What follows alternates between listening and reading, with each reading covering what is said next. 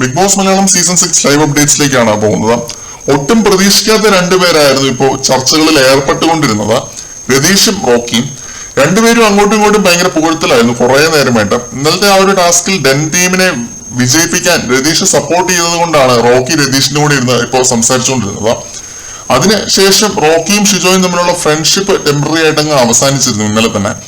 അപ്പൊ ഇവര് ഒരുപാട് കാര്യങ്ങൾ സംസാരിച്ചു, പ്ലാൻ ചെയ്തു. പക്ഷെ രതീഷ് പറയുന്നത് രതീഷും റോക്കിയും കൂടി ചേർന്നായിരിക്കും ജയിലിൽ പോകുന്നത് എന്നാണ്. ഞാൻ ഒരാളുടെ അടുത്ത് മാത്രമേ റോയാലിറ്റി കാണിക്കത്തുള്ളൂ, അത് മുടിയന്റെ അടുത്ത് മാത്രമായിരിക്കും, നിങ്ങളുടെ അടുത്ത് പോലും ഞാൻ കാണിക്കത്തില്ല എന്ന് റോക്കി എപ്പോഴും വ്യക്തമാക്കുന്നുണ്ട്.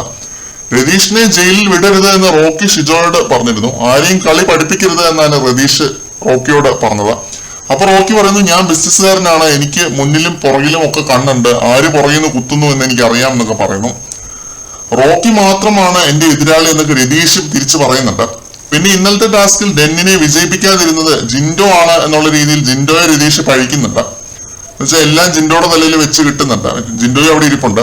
പക്ഷെ അവസാനം റോക്കി കലിപ്പിച്ച് പറയുന്നുണ്ട്, എനിക്ക് രതീഷുമായിട്ട് ഇപ്പോഴും പൊരുത്തപ്പെടാനൊന്നും പറ്റത്തില്ല, എന്നെ ഇവിടെ പിടിച്ചിരുത്തി നീ കുറെ നേരം സ്പേസ് ഉണ്ടാക്കിയില്ലേടാ എന്നൊക്കെ പറഞ്ഞ് കലിപ്പിച്ചിട്ട് ഇറങ്ങി പോകുന്നുണ്ട്.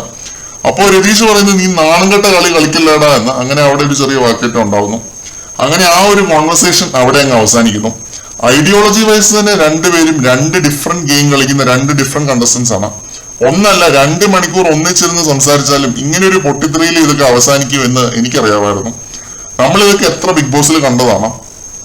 ലൈവിൽ ഇപ്പോഴത്തെ കാഴ്ച എന്താണെന്ന് വെച്ച് കഴിഞ്ഞാൽ എല്ലാവരും കൂട്ടം കൂടിയിരുന്ന് ഓരോ മൂലയിൽ ഇരിക്കുകയാണ്, ഓരോന്ന് സംസാരിച്ച്.